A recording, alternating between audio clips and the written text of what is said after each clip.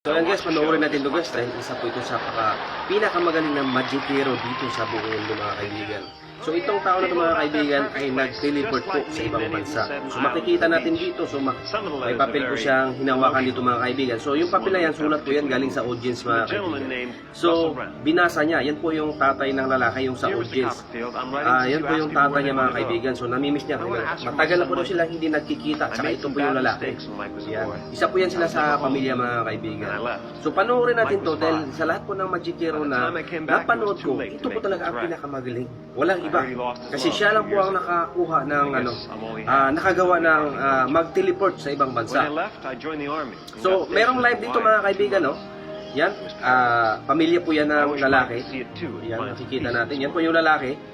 So yung lalaki, audience nandun po sa stage, sa harap na yung stage mga kaibigan. So yung papel na lalaki, binasa po niya yun. So ang nakalagay po sa papel na namimiss na po niya talaga yung pamilya niya. So naintindihan namin niya. Yan, tumayo na po yung lalaki dyan. So panoorin natin to dahil napakalupit ko talaga itong magikero na to. Yan. So yun po yung lalaki. So yung tatay niya nasa ibang bansa, nasa Hawaii po.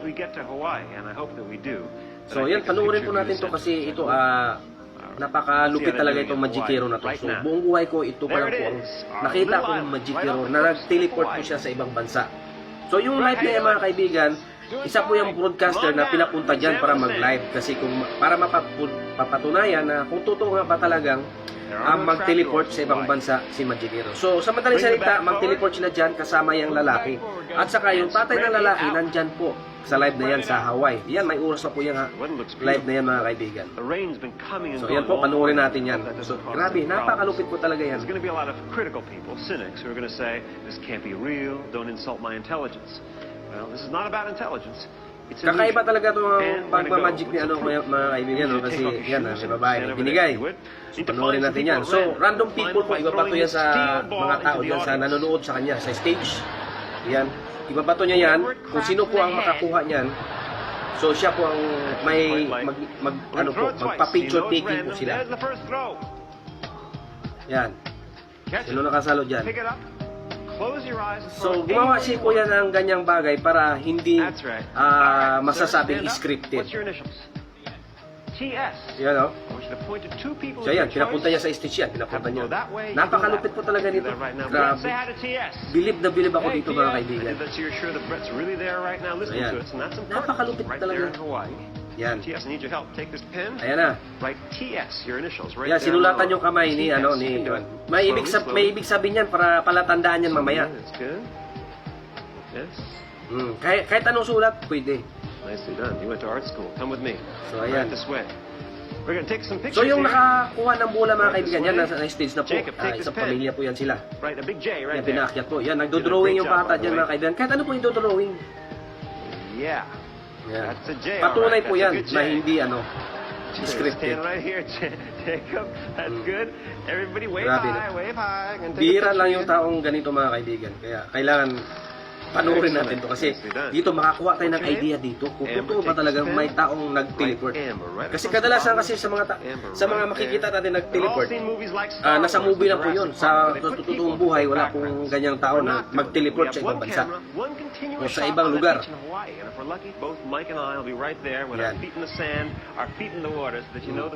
Grabe, no?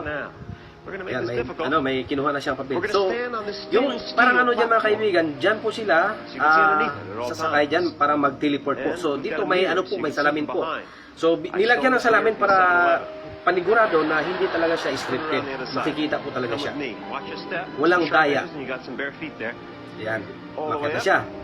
So nakikita nyo yung papel kanina ng pinirmahan ng bata, sinulatan ng bata.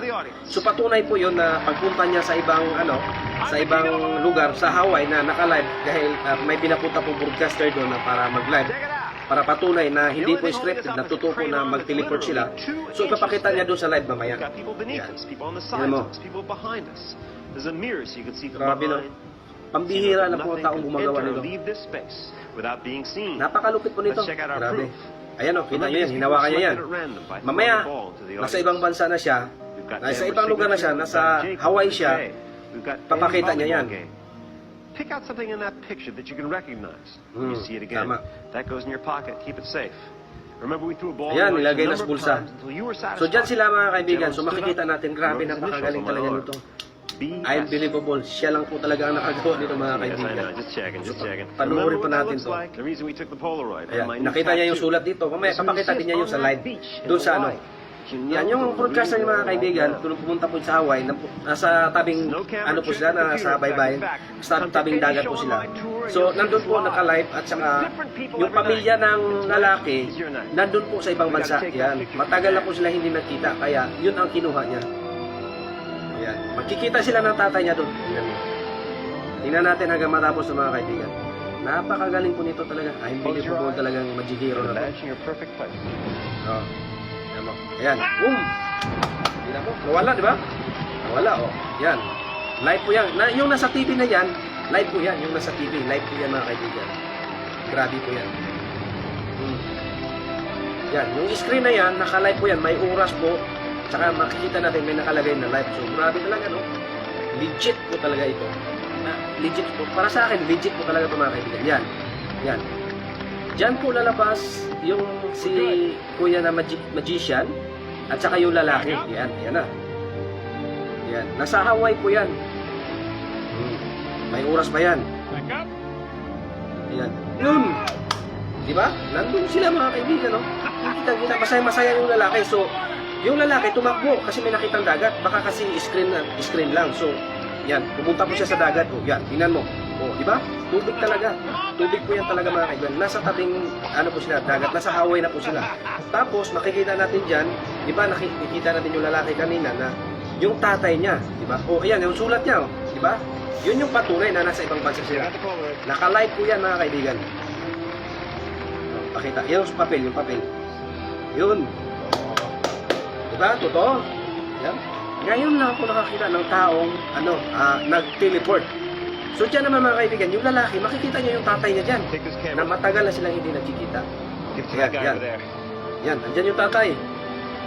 Diyan, oh. Diba, nabigla na si si kuya. Oh. Ayan, oh. Oh, andyan yung tatay niya mga kaibigan. Oh.